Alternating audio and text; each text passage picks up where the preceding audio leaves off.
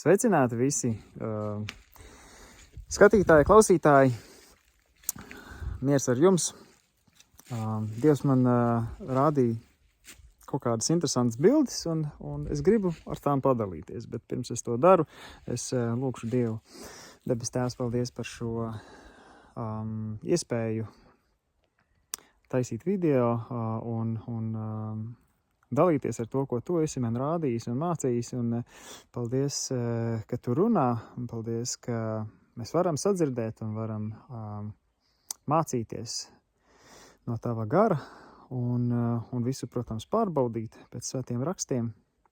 Lūdzu, Dievs tiešām svētī savu draudzi un svētī ikvienu klausītāju un stiprini ticībā Jēzus Kristus vārdā. Āmen. Tad es biju nolicies gulēt kopā ar savu ģimeni, gaisma izslēgta, un es redzu tādu bildi, ka tāds tā kā notikums, ka tiek rīkota kaut kāda sapulce, un tur tai sapulcē varēja iekļūt tikai konkrēti cilvēki, tā kā aicinātie cilvēki, ja? Bet tur nebija norādīts tai bildē, vai tā bija kristīga sapulce, vai teiksim, laicīga, pasaulīga sapulce. Tas nebija tā norādīts. Bet vienkārši kaut kādi cilvēki sapulcējās, bet ar ielūgumiem. Un uz šo sapulci devās kāds cilvēks, kas Jēzum bija uzticams. Un, kad viņš devās uz šo sapulci, Jēzus viņam saka, man vajadzēs, lai tu mani ielaidi. Jēzus viņam saka, man vajadzēs, lai tu mani ielaidi. Un viss. Un bilde beidzās. Un skaidrojums tāds, ka ja kristieši rīkojas Jēzus Kristus vārdā, ja pulcējas Jēzus Kristus vārdā, ja dzīvo Jēzus Kristus vārdā un dzīvo viņa godam, tad viņi ar savu rīcību ielaiž Jēzu tajās situācijās, kurās viņi ir. Un Jēzus bieži vien, pamatā Jēzus netiek iekšā cilvēku dzīvēs, sapulcēs, notikumos. Viņš praktiski netiek iekšā, ja viņu neielaiž. Un nāk man prātā rakstuvieta no Atklāsmes grāmatas, redzi, es stāvu durvju priekšā un klaudzinu. Ja kas dzird manu balsi un durvis atver, es ieiešu pie viņa un turēšu ar viņu mīlestību, un viņš ar mani. Redziet, Jēzus nenāk mūsu dzīvēs ar kāju izsperot durvis un tā teikt, ar varu. Viņš tā nedara. Viņš nāk ar mīlestību, respektējot mūsu izvēli. Un šis ir pamatā vēstījums kristiešiem, ka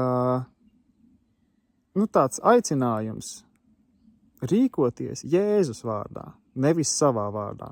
Pulcēties Jēzus vārdā, nevis savā vārdā.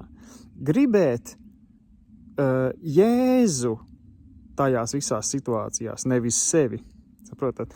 Un tad, kad tas notiek, tad Jēzus var ienākt un viņš var darboties ar savu spēku, ar savu mīlestību, ar savu pārdabisko darbu.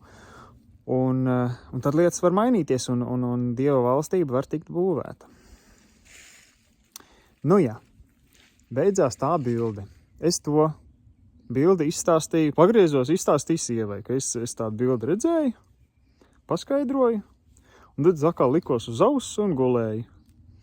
Un tūliņ es atkal redzu nākamo bildi, otro bildi. Un tā bija daudz vienkāršāka. Otrā bilde bija tāda, ka visa zeme drebēja, visa pasaule trīcēja, un visi cilvēki, un arī liela daļa Dieva draudzes drebēja bailēs. Bailēs drebēja, visa pasaule drebēja bailēs, gaidot to nenovēršamo pārbaudījumu, kas drīz nāk pār pasauli. Un es nevaru nekā paskaidrot savādāk, jo tas ir tas, ko es redzēju. Visa pasaule drebēja, un visi cilvēki drebēja bailēs, ieskaitot Dieva draudzi. Drebēja tā pārbaudījuma priekšā, kas nāk un nenovēršami nāk. Nu jā. Tas bija tas, ko es redzēju.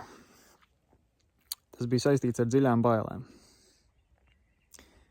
Un tad to es izstāstīju sievai, un es atkal likos uz auss, un es tuliņ atkal redzu trešo bildi. Trešā bilde bija tāda. Tā īsti nebija bilde. Tā, tulīt atcerēšos. Drusciņ putra. Lūdzu pacietību. Tā, kas bija trešais?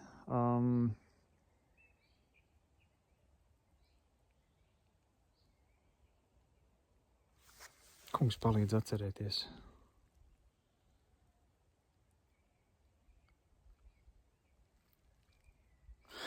Jā, slāva Tev, Dievs!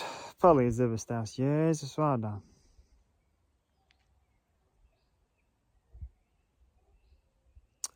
Atcerējos. Jā, tiešām paldies Tev, Dievs. Paldies.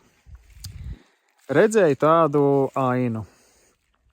Ir būvlaukums. Un strādnieki, tātad ir izliets betons, un tas betons ir jāizlīdzina. Grīda, betona grīda tiek lieta. Un ar betonu ir tā, ka viņš ir, protams, biezāks nekā ūdens, un ūdens izlīdzinās pats dabiski, tā kā peļķe, ja? Bet betons ir jāizlīdzina, pirms tas sacietē. Kas ir betonējuši, tie saprot, bet paskatieties YouTube video, tur redzēsiet, kā notiek betonēšana. Betons ir jāstumda, jāgrūsta, līdz tas tiek izlīdzināts. Un parasti ir tā, ka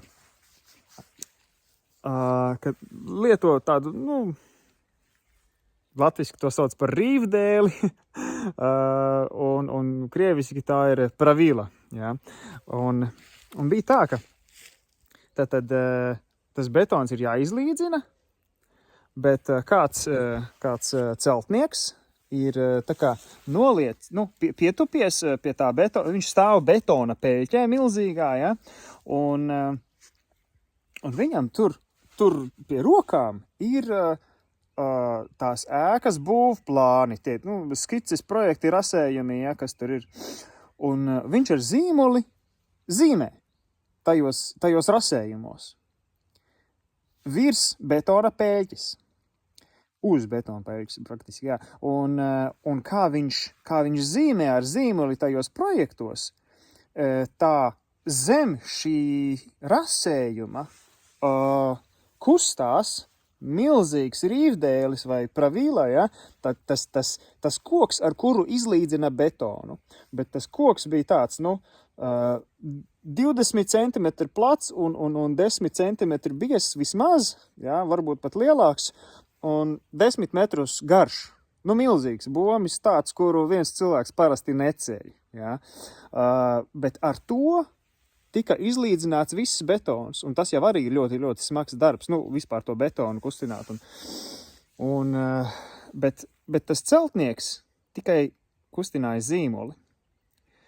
Un kā viņš kustināja zīmoli, tas rīvdēlis, tā pravila, perfekti kopēja zīmuļa kustības, un viss darbs tika izdarīts bez celtnieka piepūles. Viņam bija jākustina tikai zīmolis. Un skaidrojums. Būvlaukums ir Dieva valstība šeit virs zemes. Celtnieks ir Dieva cilvēks. Zīmēšana tajos rasējumos ir lūgšana. Un to lielo bomi, to pravilu, to kustina Dievs. Un tas ir iedrošinājums un skubinājums ikvienam kristietim celt Dieva valstību ar lūgšanām. Un tas arī ir mans aicinājums ikvienam kristietim, ja jūs redzat netaisnību, aizlūdziet, rīkojieties, protams. Ja, ja jūs redzat kaut ko, kas ir nepilnīgs, aizlūdziet. Ja, regulāri aizlūdziet par saviem vadītājiem draudzē, regulāri aizlūdziet par sociālā riska cilvēkiem Latvijā. Regulāri aizlūdziet par cilvēkiem augstos amatos un tā tālāk. Ja. Šī aizlūgšanas kalpošana ir īstenībā ļoti, ļoti svarīga, bet man šķiet, ka Kristus miesā diezgan nepopulāra. Bet Dievam tā ir ļoti, ļoti dārga. Nu jā. Un tad pagāja kādas dienas, un es, nu jā, un tad šīs trīs bildes es redzēju tajā vienā vakarā, pirms es aizmigu. Un tad pirmais bija, ka Jēzus saka, man vajag, lai tu mani ielaidi. Ja? Un darbojoties Jēzus vārdā, mēs viņu ielaižam savā vidē. Otrais bija, ka visa pasaule drebēja un arī liela daļa draudzes drebēja no bailēm to pārbaudījumu priekšā, kas nāk. Un trešais bija, ka būvlaukumā celtnieks ar niecīgu piepūli padarīja lielu darbu, darbodamies saskaņā ar Dieva gribu. Ja? Viņš vienkārši zīmēja un Dievs izdarīja to smago darbu. Un Dievs, balstoties uz mūsu lūgšanām, izdarīja lielas lietas. Un Dievam vajag tās mūsu lūgšanas. Nu jā. Labi. Man vēl ir vēl kāds stāstāmais, bet es laikam to nākamā video. Lai Dievs jūs svētī. Jā, es aizlūgšu īsi. Debes Tēvs, paldies! Paldies par visu, ko tu dari un kā tu runā. Un es lūdzu, Dievs, ka tu tiešām piepildi savu draudzi ar savu garu un skubini gan uz to, ka mēs darbotos tava dēla Jēzus vārdā, gan arī, ka mēs nomodā būdami būtu gatavi jebkāda veida pārbaudījumiem. Lai kas arī nāktu pār mūsu galvu, Dievs palīdzi, ka tava draudze būtu gatava un nomodā, lai mēs nekluptu un nedzīvotu bailēs. Un es lūdzu, Dievs, arī, ka tu māci tiešām kristiešiem ikvienam būt aizlūdzējam, cīnīties šo ticības cīņu, gan par sevi, gan par citiem cilvēkiem, debes Tēvs. Un tiešām paldies par Jēzu, par tavām asinīm, ar kurām tu mūs esi atpircis no tumsas varas, un mēs varam dzīvot svētu dzīvi, nošķirtu dzīvi priekš tevis un kalpot tev, un uzveikt visu grēku un visu tumsu. Gan savās dzīvēs, gan arī cīnīties par citiem cilvēkiem. Paldies tev, Jēzu, tavā vārdā. Āmen. Labi, svētītie! Mīļie klausītāji un skatītāji, līdz nākamajai reizei. Pavisam drīz.